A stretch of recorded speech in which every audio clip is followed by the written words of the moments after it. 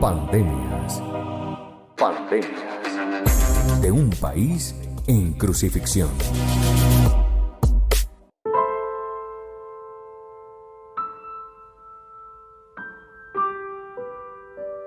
Siete palabras para una nación en aflicción. Aquí este especial de aflicciones que nos mantiene en pena.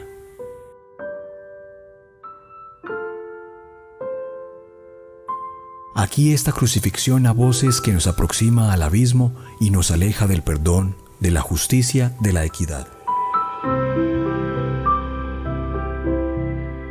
Siete palabras que nos acercan a reconocer un país que sufre, pero que también vive lleno de esperanza, de sueños, de oportunidades. Aquí Colombia y Jesús, una nación en pena que se encuentra con un Mesías que suma plegarias para construir mejores ciudadanías.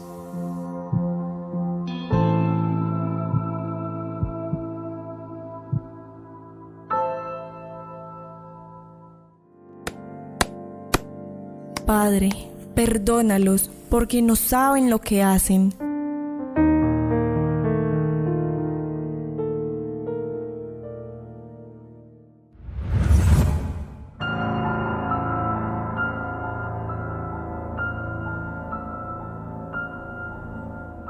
Desde la firma del Acuerdo de Paz en el año 2016 entre el Gobierno Nacional y el Grupo Armado FARC, se han asesinado a más de 200 excombatientes que se desmovilizaron, además de esta serie de asesinatos que no generan ninguna garantía para la vida de estas personas y sus familias. Desde la posesión del actual gobierno, el acuerdo se ha desfinanciado de forma contundente, lo que no permite que lo pactado en los distintos puntos se cumpla a cabalidad y por ende, no se desarrollen las acciones necesarias para construir una paz estable y duradera desde los distintos territorios del país.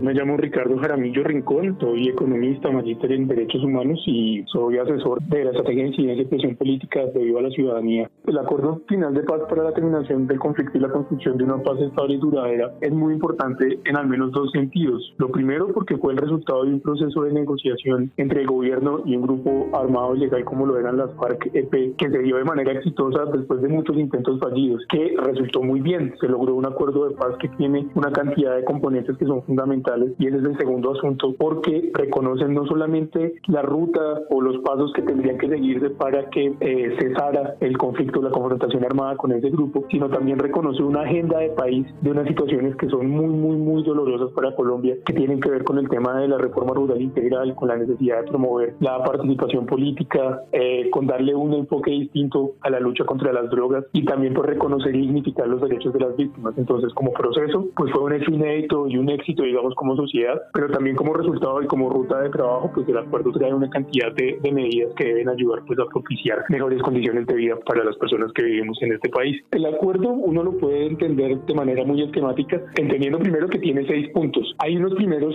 4 capítulos temáticos que se refieren a la reforma rural integral, a la participación política, al problema de drogas y a los derechos de las víctimas. También hay que resaltar que hay un desbalance en la ejecución de los recursos en algunos pilares del acuerdo. Temas como eje que educación rural, que hace parte del punto de reforma rural integral, ha concentrado el 19% de la ejecución de recursos de 2019, mientras que otros temas como reordenamiento de la propiedad, implementación de los PEDs, etcétera, han demostrado o han sido solamente un 4%. Entonces hay también una asignación desigual de los recursos. Y lo otro que es digamos preocupante es cuál es el papel de los municipios en este tema de la ejecución. También es importante decir que en ninguno de los años de la implementación del acuerdo se ha gastado la totalidad de los recursos previstos por año en el marco fiscal de mediano plazo. Es decir, aun cuando la estimación de recursos era baja para lo que podía requerirse, en ningún año se ha gastado completamente. Hay otros 2 capítulos que eran más un poco operativos que tenían que ver, uno con el fin del conflicto y el último con las medidas de implementación, seguimiento, verificación, etcétera. Dentro de las fuentes de financiación del acuerdo estaban el presupuesto nacional, sistema de regalías, el sistema de participaciones, cooperación internacional e inversión privada, pero nunca ha sido claro cuál es la manera en que van a concurrir los recursos de las entidades territoriales ahí. Entonces hay una dificultad grande para el seguimiento porque no se sabe qué se le puede,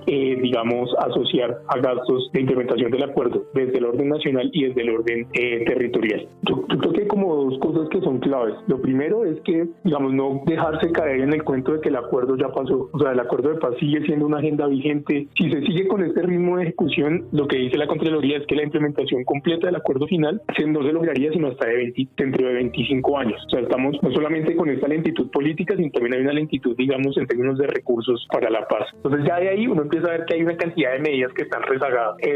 Yo creo que los principales retos ahora tienen que ver primero con el tema de tierras, es decir, garantizar que efectivamente los contenidos del acuerdo en materia de tierras se implementen, no solamente los planes de desarrollo con enfoque territorial, y eso son una apuesta de 10 años, 15 o más, y lo otro tiene que ver con la apertura democrática. Todas las medidas que tenían que ver con la reforma de la ley de planeación, la reforma política, etcétera, si eso no se hace, pues va a ser poco el alcance del acuerdo. Entonces yo creo que esos son dos temas claves. Y lo otro es que eso sí sería algo a más corto plazo, pero que está muy lento, es todo lo que tiene que ver con garantías de seguridad para el ejercicio de la política. O sea, el asesinato permanente de líderes y lideresas, de defensores de tierras, de firmantes de paz, es algo que el acuerdo contaba con medidas para tratar de mitigar, pero que si no se resuelven rápidamente, pues estos tres elementos seguramente van a dar pie, a la par de otras dinámicas que ocurren en el país, pues a una espiral adicional de violencia.